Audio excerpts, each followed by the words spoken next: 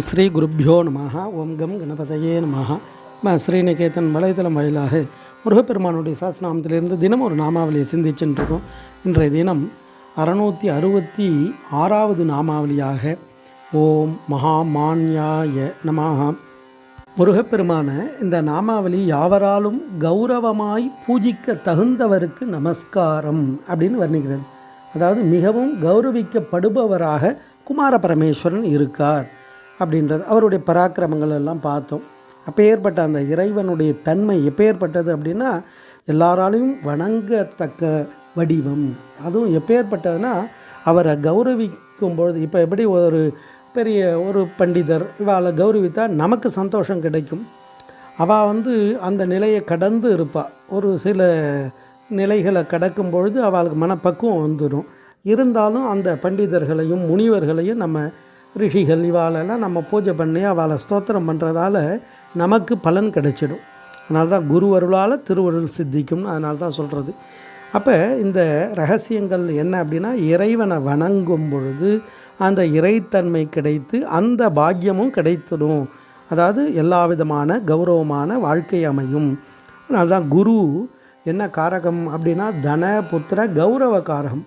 குரு பகவானுடைய அனுகிரகம் கிடைச்சாதான் செல்வம் கிடைக்கும், குழந்தை செல்வம் கிடைக்கும், கௌரவமான வாழ்க்கை அமையும். இதெல்லாமே குரு அருளால் மட்டும்தான் கிடைக்கும். அதனால தான் திருச்செந்தூரில் குரு பிரீத்திக்காக பூஜைகள்லாம் பண்ணுறது. ஏன்னா குமார பரமேஸ்வரன்கிட்ட குரு தான் எடுத்து உரைக்கிறார். தேவகுரு ப்ரஹஸ்பதி தான் என்ன நடந்தது, ஏன் தேவர்களுக்கும் அசுரர்களுக்கும் ஏன் யுத்தம் வந்தது அப்படின்றத சுவாமிக்கு தெரியாதா அப்படின்னு இல்லை. அதை ஒரு அந்த ஸ்தானத்தில் சேனாதிபதியாக இருக்கிறதால என்ன நடந்தது அப்படின்றத கேட்கும் பொழுது அவள் தவறு குறை நிறைய சொல்கிறா. அப்போ தேவர்கள்கிட்ட என்ன தவறு இருந்தது, அசுரர்கள்கிட்ட என்ன புண்ணியம் இருந்தது, எதனால் அவகிட்ட அடிமையாக இருந்தா அப்படின்றத எல்லாத்தையும் தேவகுரு தான் எடுத்து சொல்கிறார். அப்படி அந்த குரு அருள் இருந்தால் தான் நமக்கு எல்லா பாக்கியமும் கிடைக்கும். அப்பேற்பட்ட குமார பரமேஸ்வரனை வழிபாடு பண்ணால் அந்த கௌரவமான வாழ்க்கையும் நமக்கு கிடைத்திடும். அதை தான் திருப்புகழ் அழகாக சொல்லுவார்.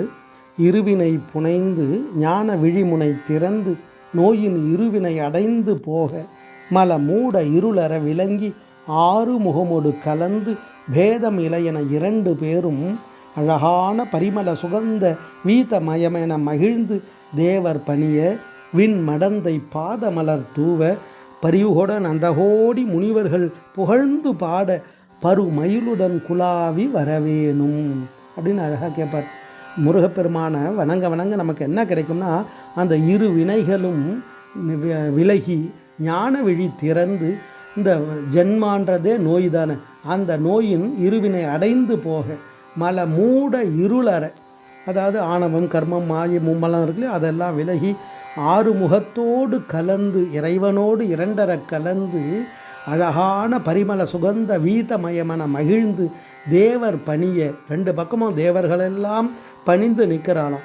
விண் மடந்தையர்கள் பாத மலர் தூவராளாம். முருகப்பெருமானுடைய பாதத்துக்கும் முருகனோடு நம்ம வரும்பொழுது இந்த ஜீவாத்மா பரமாத்மாவோட இரண்டரை கலந்து இருக்க தன்மையில் அந்த மடந்தையர்களெல்லாம் தேவ மடந்தையர்களெல்லாம் பாத மலர் தூவராளாம். அதோடு மட்டும் இல்லை, பரிவோடு நந்தகோடி முனிவர்கள் பரிவோடு விருப்பத்தோடு முதல் நாமாவளியில் பார்த்தோம் முனிஸ்துதாய நமஹான்னு. அப்படி கோடி கோடி முனிவர்கள் புகழ்ந்து பாட பருமயிலுடன் குலாவி நீ வரவேணும் அப்படின்னு முருகப்பெருமானுக்கிட்ட பிரார்த்தனை பண்ணுறார். அப்போ முருகனை வணங்குபவர்களுக்கும் எல்லா பாக்கியமும் கிடைத்து விடும் அப்படின்றது இந்த நாமத்தினுடைய தத்துவார்த்தம். மானிய அப்படின்னாலே மதிக்கத்தக்க அப்படின்னு அர்த்தம். அந்த பரம்பொருள் எல்லா ஆற்றலோடு இருக்கிறதால அவருடைய தன்மை எப்படி இருக்குன்னா, கௌரவமாக பூஜிக்க தகுந்தவராக அவருடைய ரூபத்தை இந்த நாமாவளி தத்துவார்த்தமாக வர்ணிக்கிறது. ஓம் மகாமான்யாய நமஹ. ஸ்ரீ குருப்யோ நமஹ. ஓம் சும் சுப்பிரமணியாய நமஹ.